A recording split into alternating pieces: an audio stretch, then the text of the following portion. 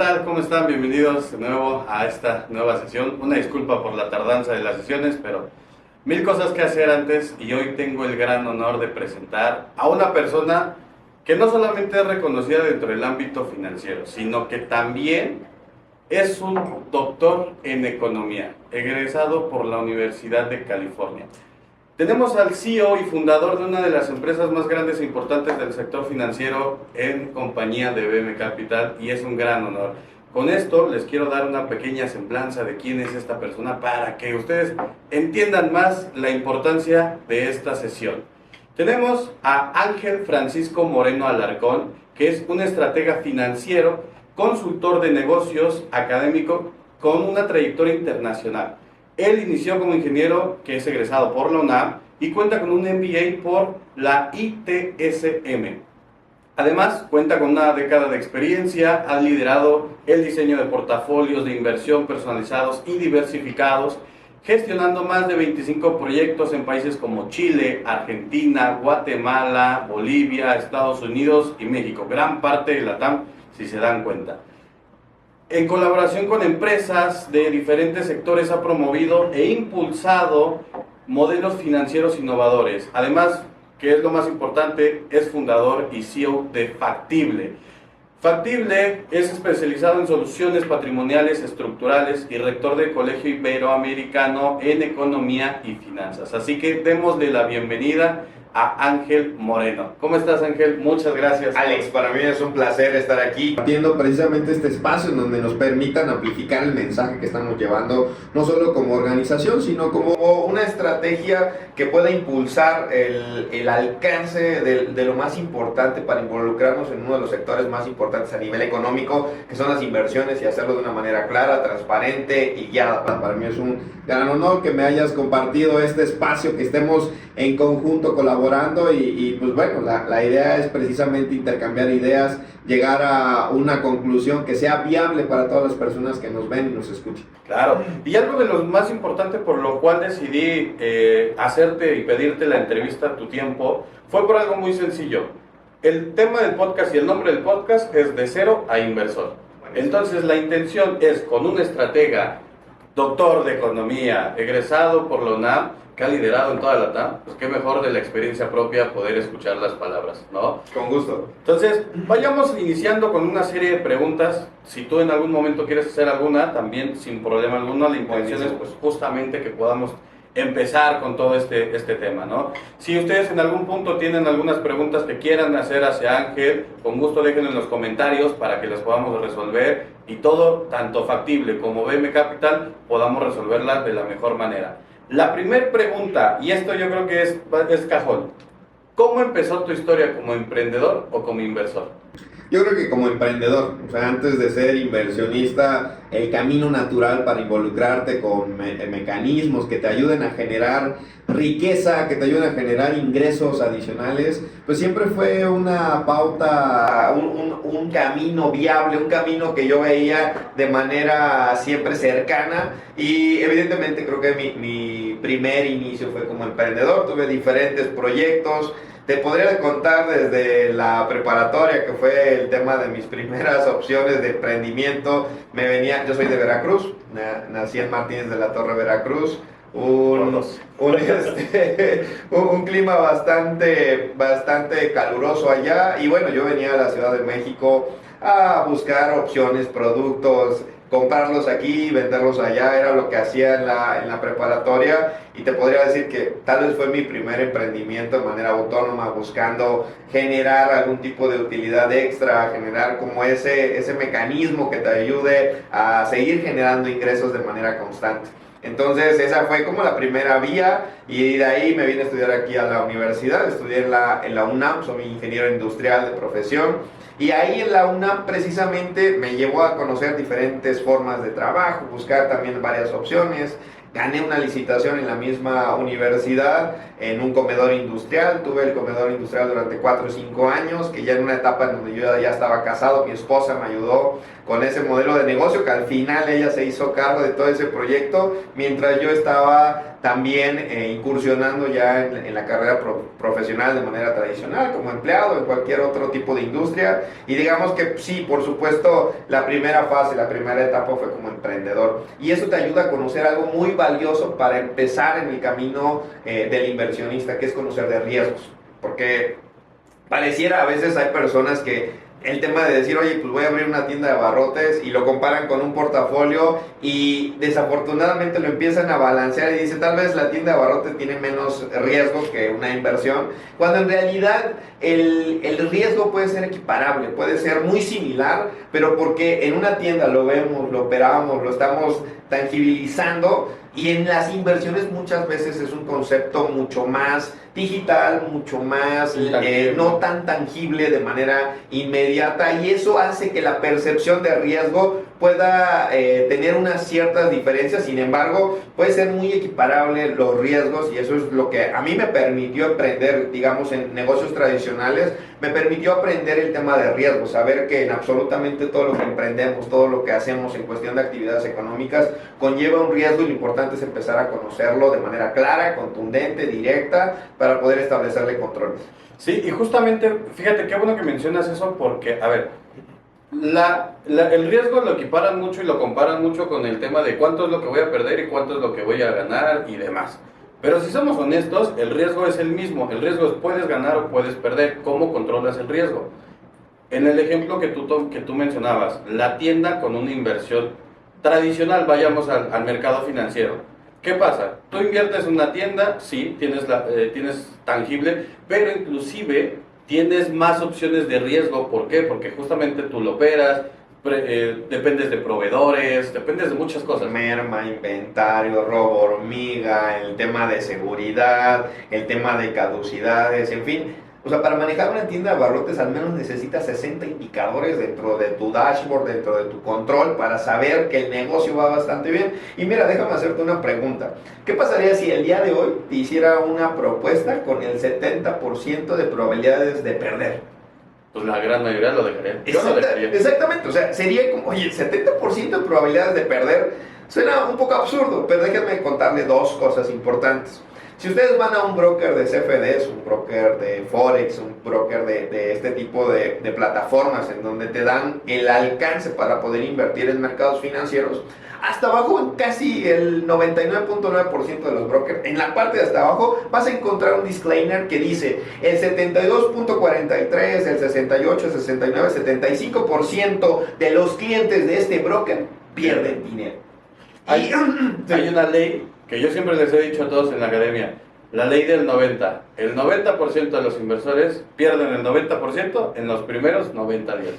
Ley. Sí, claro. Entonces, siguiendo esa temática, pero tú me dirías, oye, Ángel, pues estamos hablando de mercados financieros. Tienes que saber de tasas de desempleo, de inflación, de por qué el presidente del Banco Central habló en ese momento del país y movió las tasas de interés, se dieron de alta las tasas de desempleo. Es muy complejo. Me estás hablando de algo muy complejo en el que tal vez no todos están involucrados. Pero bueno, ya dejamos ahí esa estadística, 70% de probabilidades son las que tienes de perder en esos brokers. Ok, vas a decir, oye, a ver, es un riesgo muy alto. De manera directa dirías, pues sí, evidentemente no lo voy a aceptar, pero hablemos de otra cosa. O sea, vamos a hablar de un sector económico, el sector empresarial más grande de México, el que genera 8 de cada 10 empleos, el que genera más del 50% del Producto Interno Bruto en el país, el que tiene es una gran cantidad de unidades de negocio, más de 5 millones de unidades de negocio de ese tamaño, las micro, pequeñas y medianas empresas en México. La estadística de supervivencia o la tasa de mortalidad de las empresas en los primeros 7 años es del 70%. Sí. ¿Qué quiere decir eso? Que si hoy tú abres un negocio, dentro de los próximos 5 años tienes el 70% de probabilidades de que cierres ese negocio. Y esos son datos estadísticos que están en el INEGI. Tan solo en los primeros 2 años, el 52% de las empresas desaparecen. Desaparecen. de este sector, de este tamaño. ¿Por qué? Y es que, a ver, ya estamos comparando dos mercados totalmente distintos. Uno, estamos hablando del tema de inversiones. Y tú hiciste la primera pregunta, oye, ¿es emprendedor, empresario o inversionista? Y ahorita te acabo de poner los dos caminos que si tú decidieras por un lado o por el otro lado, estamos viendo que los riesgos son compartidos.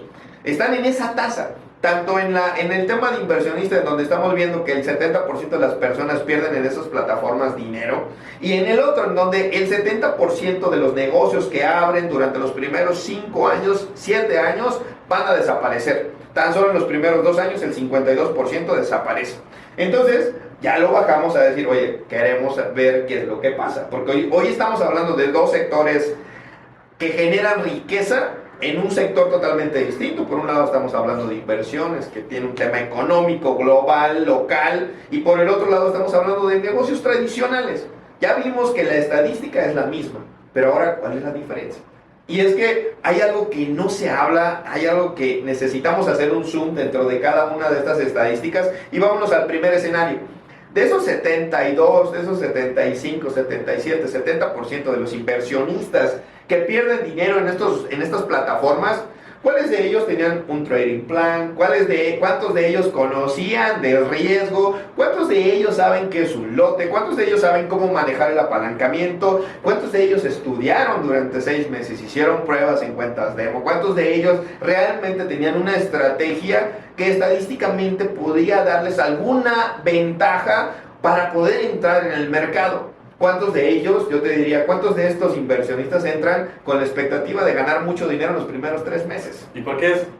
Por todos los vendehumos que existen en las redes sociales. Exacto. O sea, y ahí vamos a entrar a otro tema de precisamente las causas, pero ya vimos, oye, por un lado, estamos en, sí, o sea, ¿cuántos entran sin preparación a estos mercados financieros? Ahora, vamos a tocar el otro lado, el lado tradicional. ¿Cuántas de estas empresas entran con un plan de negocios bien definido, un plan de crecimiento a 5 años? ¿Cuántos de ellos saben cuánto deben de vender en el tema de mercado? Vamos a hablar de tiendas de abarrotes, que es de esos más de 5 millones de unidades de micro, pequeñas y medianas empresas que existen en México. 1 millón son tiendas de abarrotes, ¿no? Tiendas retail que abren su tienda y están de manera independiente trabajando.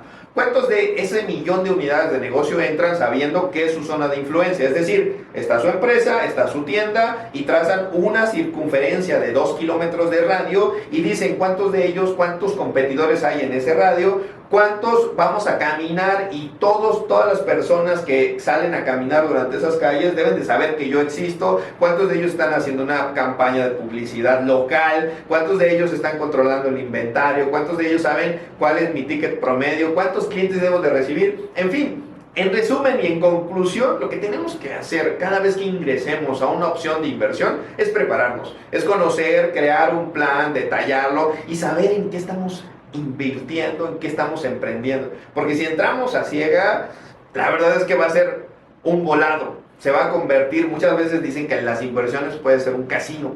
Claro, es un casino.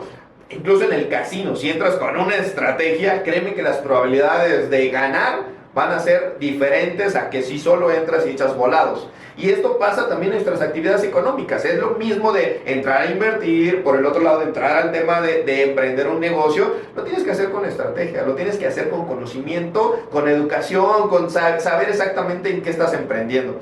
Normalmente a mis clientes llegan preguntándome, oye Ángel, me están ofreciendo una franquicia en donde me ofrecen el 10% de rendimiento mensual en el tema de alitas, ¿no? Unas alitas de pollo, que digo, es un negocio y por supuesto que puede ser rentable, pero hay que evaluar todos los riesgos. Hay que conocer en dónde lo vas a situar, cuál es el ticket promedio de cliente que vas a obtener, cuántos clientes necesitas para llegar a un punto de equilibrio, cómo vas a controlar la merma, porque el pollo pues, seguramente tarda muy pocos días en descomponerse, cuál es el sistema, en fin. La idea es conocer, aprender. En conclusión, lo que debemos de cada uno de los caminos, los dos caminos pueden ser viables. Para poder empezar, los dos caminos creo que pueden ser viables, siempre y cuando inicies con una estrategia, inicies con un conocimiento que te permita saber en dónde te estás metiendo. Y justamente eso es uno de los temas más importantes y de más relevancia que se pueden llegar a suscitar frecuentemente. La gente comienza un negocio sin saber absolutamente nada. Piensa que ya lo hizo él, ahora me toca a mí porque yo conozco a tanta gente, porque esto y aquello. No. algo que siempre he predicado dentro de la comunidad, dentro de todo lo que, en los 7 años que yo llevo dedicándome al tema financiero, es aprende, cágala antes de hacer las cosas. Pero ¿cómo puedes cagarla antes de hacer las cosas? Pues simplemente empezando a ver escenarios propicios, justamente temas de inversión, cuánto es lo que necesito de invertir para poder colocar este negocio, cómo lo puedo invertir, de qué manera puedo tener el rendimiento, a qué tiempo voy a obtener ya el retorno de inversión y justamente todo ese tipo de cosas, ¿no? Y es algo de lo que viene la segunda pregunta que te quiero hacer. ¿Qué fue lo que más te costó aprender en los primeros años como emprendedor y empresario? Fíjense que de las cosas que me costó trabajo aprender es saber perder. Porque incluso cuando estudié en la maestría, yo estudié una maestría de negocios en el TEC de Monterrey y ahí precisamente hay un simulador y eso fue como el punto que me llevó a la conclusión de todas mis lecciones aprendidas durante este proceso. ¿Qué fue lo que más me costó trabajo? Aprender a perder. ¿Por qué? Porque yo cuando este simulador estaba muy padre, muy interesante, era un simulador que nos habían proporcionado por parte de Harvard, era en donde te decían, tú eres el CEO de una empresa que va a lanzar un nuevo capacitor, transistor, etcétera, etcétera, de tecnología electrónica, en donde tiene una gran ventaja competitiva, pero todavía está en desarrollo. Y te decían, oye, es una empresa que factura 300, 400 millones de dólares al año. Y tú estás en ese momento, te conviertes en el CEO y lo que tienes que hacer es crear la estrategia para llevar la empresa, lanzar este nuevo producto y posicionarte como líder de mercado de este producto en este escenario. ¿Cuáles fueron mis errores? Y les digo que ahí fue cuando tomó como conclusión todas mis lecciones aprendidas que llevaba hasta ese entonces. Y entonces, en mi primer escenario, y solo, ojo, pues nada más tenía 3 oportunidades. Entonces, si no, era mi examen prácticamente de esa materia, no recuerdo exactamente cuál fue la materia, pero bueno, el primer escenario, ¿qué fue lo que hice? Entonces, administré el presupuesto, pero cada trimestre te decían, oye Ángel, vas primer lugar, vas segundo lugar, vas tercero, vas cuarto, quinto, en posicionamiento de mercado, que era uno de los objetivos que me habían establecido de manera estratégica el board de la compañía y que yo tenía que establecer la estrategia y ejecutar. Y entonces en mi primer escenario, ¿qué fue lo que hice? Entonces quise no perder.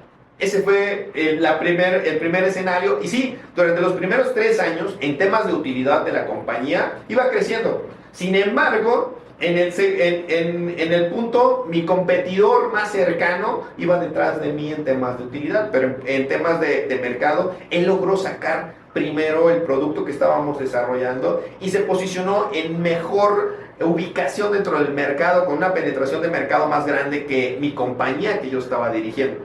Y entonces en el primer escenario, en el año 7, a pesar de que yo llevaba utilidad en la compañía, me llega un correo y me dice, señor director general, acaba de ser notificado porque pues acaba de ser despedido. ¿No? ¿Por qué? Porque no tiene la participación de mercado, porque la compañía está muy detrás del competidor líder dentro de este producto. Desafortunadamente le tenemos que avisar que va a tener una reunión con el consejo directivo para tomar los siguientes pasos para ser notificado. Le vamos a asignar un headhunter para que consiga trabajo y se posicione en una muy buena empresa. Ese fue mi primer escenario.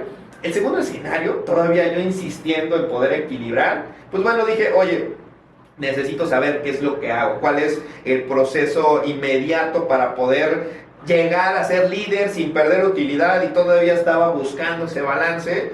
Y en el segundo escenario, también para no hacerlo tan largo, pues, me pasó exactamente lo mismo. Pasé del año 5 al año 7, avancé 2 años y me dijeron, me pasó lo mismo, me corrieron. Entonces tenía mi tercera oportunidad y era la última. Entonces me puse a analizar un poco más qué es lo que estaba pasando. Empecé a ver el historial, el cómo yo estaba invirtiendo y me di cuenta de algo. Me di cuenta de que yo necesitaba mucho empujar el tema de innovación, posicionarme en el mercado, centrarme en un objetivo muy específico que me habían establecido, y el otro, no dejar de lado el tema de decir, bueno, me voy a esperar un poco con el tema de utilidad de la compañía, y me costó muchísimo trabajo.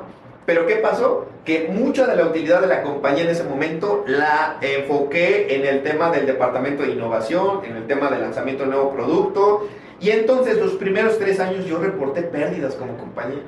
Lo que hacía Elon Musk. Yo, yo reporté pérdidas y para mí era de, híjole, es que me van a correr, voy a reprobar la materia y pues tengo que pagarla otra vez y era de, porque si iba a perder, si reprobaba el examen, decía, oye, pues estaba en riesgo mi paz y tener que pagar el recurso de la materia y yo estaba nervioso, iba en mi tercer año de simulación, pasa el cuarto, pasa el quinto, en el quinto lanzo el proyecto y empieza a subir la compañía, empiezo a tener utilidad y empiezo a posicionarme mejor, le gané en el lanzamiento al competidor más cercano y posteriormente en el año 9 estoy como líder de mercado con la compañía en utilidad y en el 10º año me llega un correo y me dicen felicidades. Has logrado los objetivos estratégicos que se estableció la compañía, eres líder del mercado en este nuevo producto que lanzaste y la compañía está en utilidad. Entonces reporté, no fue como, pues lo comparé con mis compañeros, la forma en la que el ser humano aprende es en contraste, haciendo contraste. Lo hablé con mis compañeros, hubo otros compañeros que lograron mejor utilidad que la mía. Yo creo que esos 10 años logré cerca de $500 millones en utilidad, muy buenos en esa simulación, pero también me acerqué con otros compañeros que habían obtenido más alta o más baja utilidad para saber cuál estrategia habían implementado. Y entonces, en conclusión, ¿qué pasa? Cuando tú abres un negocio, quieres que a la semana esté generando utilidad y empiezas a extraerle la utilidad a la compañía, cuando en realidad lo que quiere la compañía, si lo tomamos como un ente, es generar, darle más reinversión, darle más oxígeno para que siga creciendo. ¿Qué pasa también con el tema de inversión? Por el otro lado, ¿crees que en los primeros 3 meses vas a ser altamente rentable y que tal vez eso que tú mencionabas, la falsa narrativa que existe muchas veces en redes sociales, el tema de decir así voy a sacar mi primer 40% en el primer mes y el siguiente trimestre voy a ser millonario? Esa falsa ilusión, esa falsa narrativa, esa falsa idea de que, oye, pues la tienda tiene que tener un punto de equilibrio, hay que saber cuál es el break-even dentro de las inversiones, saber cuál es el punto de equilibrio en donde logramos que el negocio se logre autosostener y a partir de ahí empezar a pensar en estrategias de crecimiento. Todo lo contrario pasa, el tema de decir, oye, ya obtuve utilidad y le voy quitando utilidad al negocio, hablando de empresas, y todavía no dejo de desarrollar al negocio.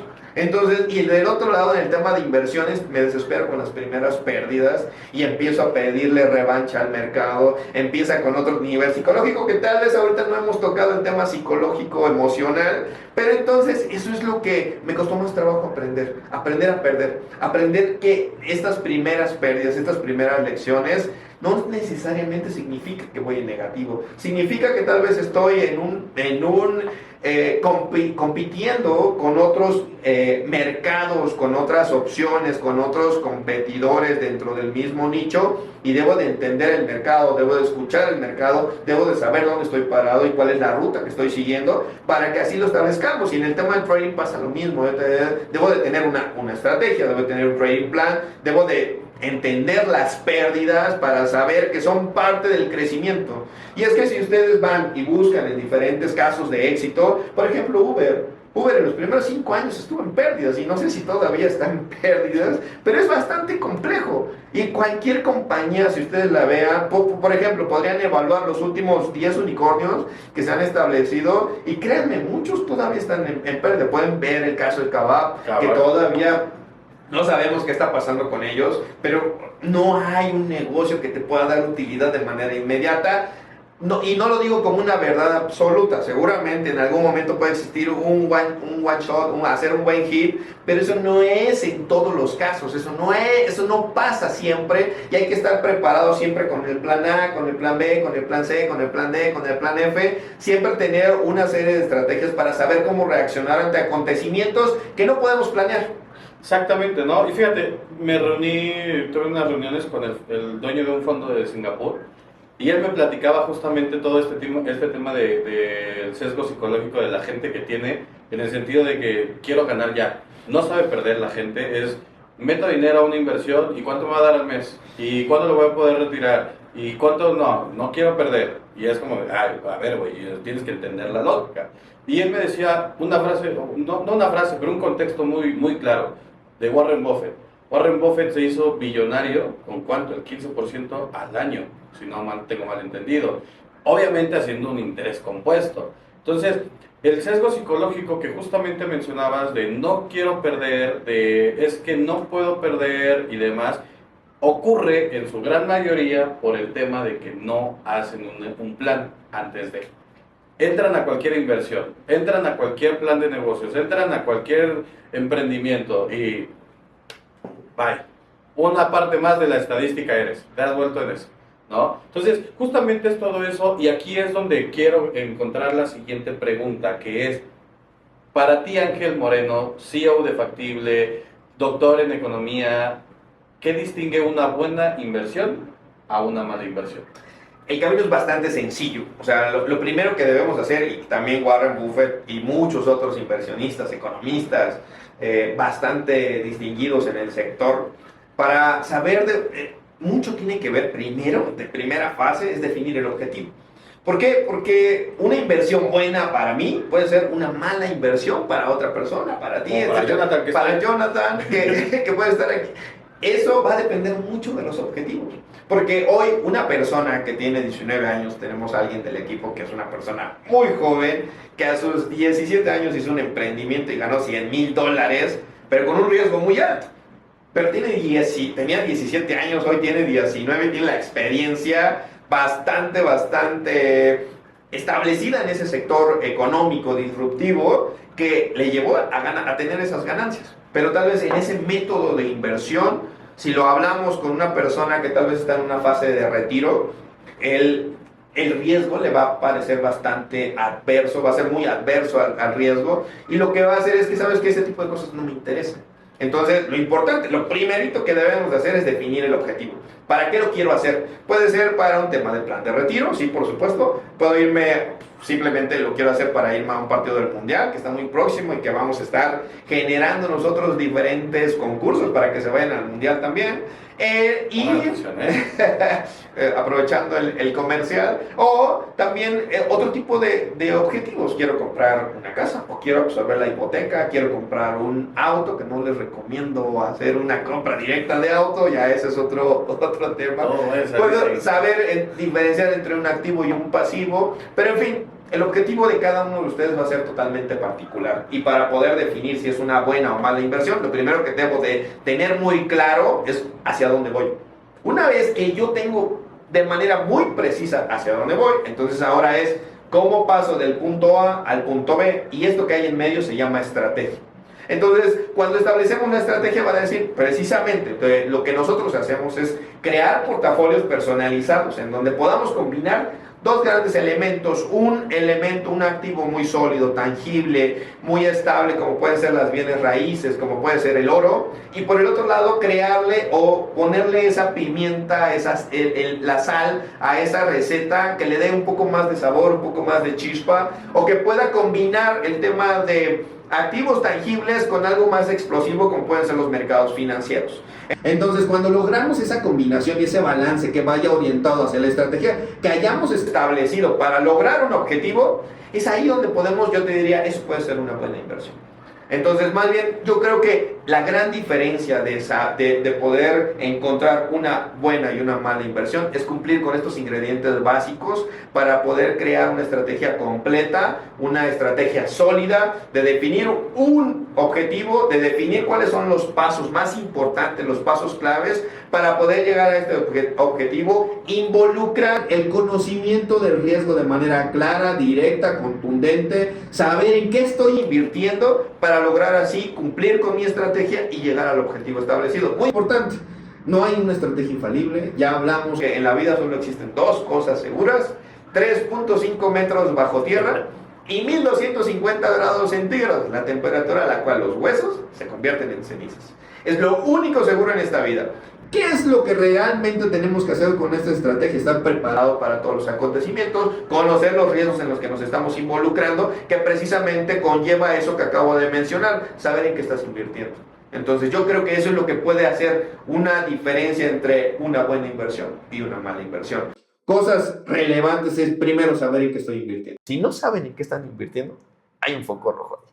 De primera mano, el foco rojo que no sabes en qué te vas a meter, básicamente. Si lo sintetizamos en 3 puntos, ¿cuál sería? El primer punto sería entonces objetivo. Objetivo, estrategia y gestión del riesgo. Ok, entonces serán esos 3 puntos, eso es lo que nosotros nos debemos de fijar cuando vayamos a plantearnos algún tipo de inversión, cómo podemos medir ese riesgo que podemos encontrar en una inversión. Todos esos son los conceptos que nosotros debemos de tener muy claros al momento de poder estar invirtiendo, ¿no? Correcto. Pero, ¿cómo podríamos nosotros definir en esa inversión cuál podría ser el potencial real de esa inversión? ¿Cómo lo podríamos definir? Es decir, no sé, por ejemplo, tú me dices, vamos a invertir en tal negocio, en el oro. Ok, ¿cómo yo podría definir si esa inversión en el oro, independientemente que estén máximos históricos, es viable? ¿Cuál es su potencial real? ¿Cómo lo podríamos definir? Claro, y aquí profundizamos en responder esta pregunta básica de ¿en qué estoy invirtiendo? Hablemos del oro. Por ejemplo, nosotros el oro lo incorporamos a nuestro portafolio por algo institucional, por algo que normalmente pasa, es tener un activo refugio. Ustedes saben que el oro históricamente se ha comportado como ese activo refugio. Hoy entran activos digitales como Bitcoin a competir en ese tema, en esa sección de convertirse en un activo refugio. Pero hablemos del oro en específico. Y es que, ¿qué es lo que debemos de saber del oro? Ok, sí, por supuesto, la cotización que tiene, en los máximos históricos que ha alcanzado en los últimos días. Pero, por ejemplo, les comentaba nuestra historia. Es decir, nosotros lo incorporamos como un activo refugio porque es algo casi por definición que debemos de tener un porcentaje en oro. Pero la verdad es que se nos hacía bastante aburrido tener oro sólido, guardado, almacenado, pagar seguros, almacenaje y demás.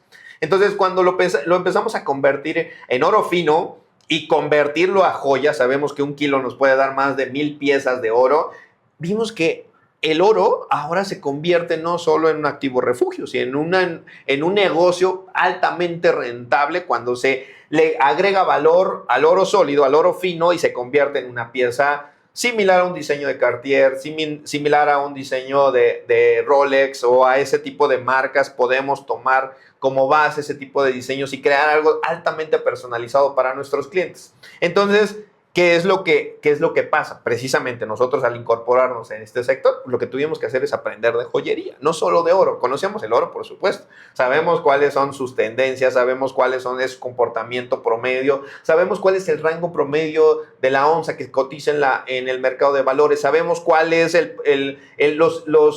las variables, los bemoles que tiene el mercado financiero, pero no conocíamos el mercado de joyería. ¿Qué es lo que hay que hacer? Precisamente establecernos. ¿Cómo podríamos establecer, oye, qué proyección me puede dar ese tipo de negocio? Bueno, hay que ir a datos históricos. Generar nosotros una de las gran bases, de hecho mi tesis doctoral se llama Límites y Fronteras en Mercados Financieros, que no es otra cosa más que estudiar el historial de ese tipo de activos para saber en qué rango se mueve. Tener una base estadística, y eso es una de las cosas que nosotros nos ayuda, a tomar decisiones basadas en hechos. Entonces, eso es el gran cúmulo de conocimiento que podemos captar y que existe una gran diversidad de fuentes totalmente verificadas para tomar como base, estudiarlas, analizarlas y estimar un comportamiento aproximado de lo que pueden ser nuestras inversiones. En concreto, respondiendo a tu pregunta, sería: necesitamos revisar históricos, datos estadísticos para poder estimar un porcentaje, un tema de saber hacia dónde voy. Y regresamos les estoy hablando del oro y la joyería, pero hablemos de negocios, hablemos de, restaurantes, ¿no? Vamos a cambiar a la tienda de abarrotes, vámonos a los restaurantes. Y en los restaurantes pasa exactamente lo mismo. Si ustedes van a abrir un negocio y ya definieron el local, tienen que, por ejemplo, estimar cuántas personas pasan por esa avenida principal, si no es avenida principal, la visibilidad que tiene su negocio, cuántos otros restaurantes hay alrededor, cuál es el ticket promedio de esos restaurantes para que ustedes estimen el valor de mercado y con base en eso puedan saber cuánto va a ser su objetivo de venta. Y con eso estaríamos respondiendo a decir, ok, este negocio, este restaurante tiene 20 competidores en 2 kilómetros a la redonda que venden aproximadamente cada uno de ellos 70, 80 mil pesos diarios y ellos ocupan un porcentaje de mercado. El líder tiene un 15% de penetración de mercado en esos 2 kilómetros a la redonda. ¿Y cómo yo voy a llegar a competirle con todos esos líderes? Entonces yo ya tengo un estimado de cuánto puedo llegar a vender, cuál es el potencial de venta y con eso estimar cuándo podré lograr el retorno de inversión, cuánto podré obtener mucho más clientes. Entonces, básicamente se refiere al tema de analizar lo que tenemos disponibles, tomar decisiones siempre basadas en hechos, en datos, que nos permitan tener mayor visibilidad de saber, de concretar hacia dónde vamos a dirigir nuestras decisiones, hacia dónde nos vamos a dirigir con nuestro objetivo. Y si se dan cuenta, es muy importante, siempre volvemos al mismo punto. Edúcate, aprende. A ver, puede sonar bien tedioso, porque inclusive hasta a mí me da pereza luego ponerme a estudiar y un chingo de cosas. A ver, pero si no sabes lo que haces, ¿cómo lo vas a hacer? Principalmente, vas a meter dinero, porque estamos hablando de dinero, a un negocio. Si no lo conoces, lo vas a perder. Entonces, al final del día, es muy aburrido, o no puede ser muy aburrido porque hay gente que le encanta estudiar, puede ser muy tedioso, puede ser muy estresante inclusive, pero volvemos al mismo punto siempre.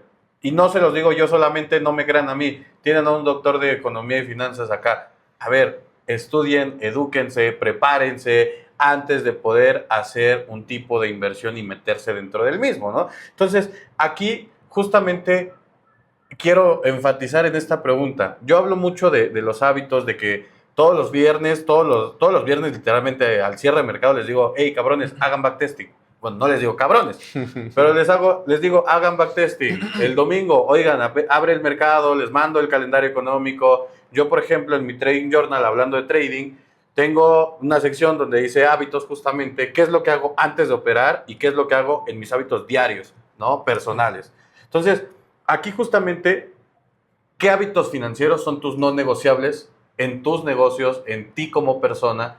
¿Cuáles son ellos? Yo creo que de los hábitos más importantes, y antes de responderte al tema de hábitos y cómo poder llegar ahí, hay un tema súper importante que es disciplina. Hace algunos meses escuché una definición de disciplina, hay muchísimas, pero a mí me gustó mucho esa porque te reta, o sea, porque realmente te pone enfrente de un espejo. Y disciplina, decían en esa definición, que disciplina es qué tanto confías en ti. Cuando escuché esa definición, dije, pues sí cayó fuerte porque oye, hoy me levanté a las 6 de la mañana, estuve revisando temas de mercado y ya sé que de 6 a 7, 8, 7 y media hacemos el setup de toda la estrategia del día y que a las 8 tengo un espacio para poder correr. Entonces yo quedé de que yo iba a correr. No hay nadie más. No hay nadie más ahí. O sea, tú estás solo frente al espejo diciéndote a las 8 de la mañana voy a ir a correr. Fíjate. La disciplina es saber qué tanto confías en eso que te estás diciendo a ti mismo. Y fíjate, perdona que te interrumpa. A ver, yo vuelvo mucho al tema porque lo he dicho muchas veces. Hay mucha gente ahí afuera en redes sociales que te dicen, no, disciplínate, levántate a las 5 de la mañana, ponte a hacer ejercicio y a las 7 de la mañana ya tienes que haber hecho esto y esto. Son pendejadas, así en pocas palabras. Para mí la disciplina, o sea, concuerdo muchísimo con eso, pero a mí, en mi concepto personal de disciplina es hacer lo que tienes que hacer cuando lo tienes que hacer. Sencillo. Totalmente. Si tengo que estar a las 6 de la mañana levantándome, me levanto a las 6 de la mañana y comienzo a hacer lo que tengo que hacer y todo eso. Y se los digo como ya muy abiertamente, dejen de creer pendejadas, dejen de creer el tipo que se levanta a las 5 de la mañana y se va a correr y corre yo 3 kilómetros y se regresa, ya se bañó, a las 7 de la mañana ya hizo 1000 cosas. No, son muy poco creíbles, o sea, realmente. Pónganse en la lógica de todo eso, ¿no? Entonces, nada más quería hacer ese pequeño paréntesis. No, y totalmente de acuerdo en el tema de saber, oye, disciplina, ya quedamos en esa definición.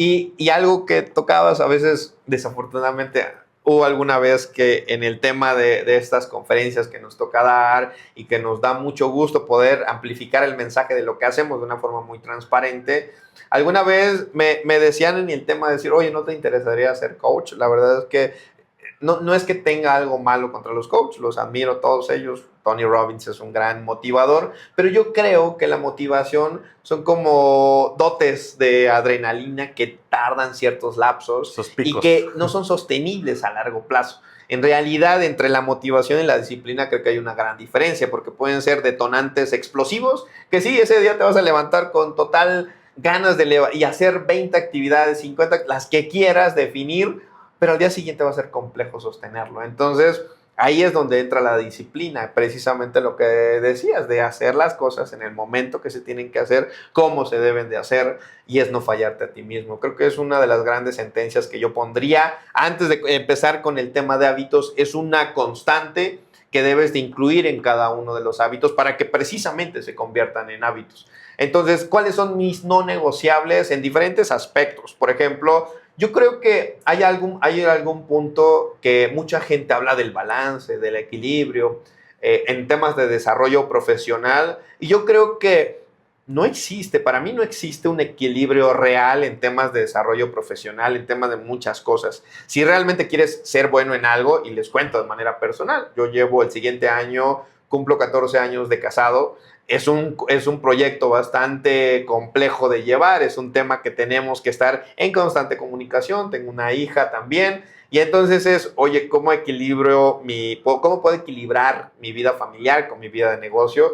Que a veces salgo de aquí de la oficina a las 11 de la noche, ¿cómo busco espacio con mi hija? Y es decir, oye, a ver, balance, y estar peleando, logrando ese balance, y es que no, o sea, en algún momento yo dedico mucho tiempo a mi familia y tengo que dejar de lado el negocio.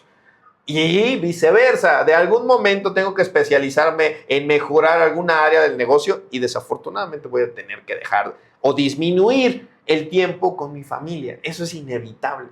¿Por qué? Porque esa es la forma en la que te enfocas en algo muy preciso y precisamente la disciplina es el motor para que logres esos objetivos y después regreses. Para mí esa es la forma en la que yo trabajo. Mis no negociables es un tema de saber distinguir que el balance es un ideal, es algo muy idílico, es algo muy utópico desde mi perspectiva. Y como les digo, yo no les voy a contar de verdades absolutas. Tal vez haya alguien que encuentre el equilibrio y tal vez más bien yo lo consultaría para que nos enseñe cómo encontrar ese equilibrio. Yo les hablo desde mi experiencia y desde ahí les digo que precisamente hay un libro que se llama Uno, no recuerdo exactamente el autor, pero precisamente habla de esto, de una sola cosa a la vez. Hay diferentes libros que hablan y yo he aprendido este concepto y también abandoné el tema en temas de desarrollo profesional, en temas de crecimiento profesional, familiar y personal.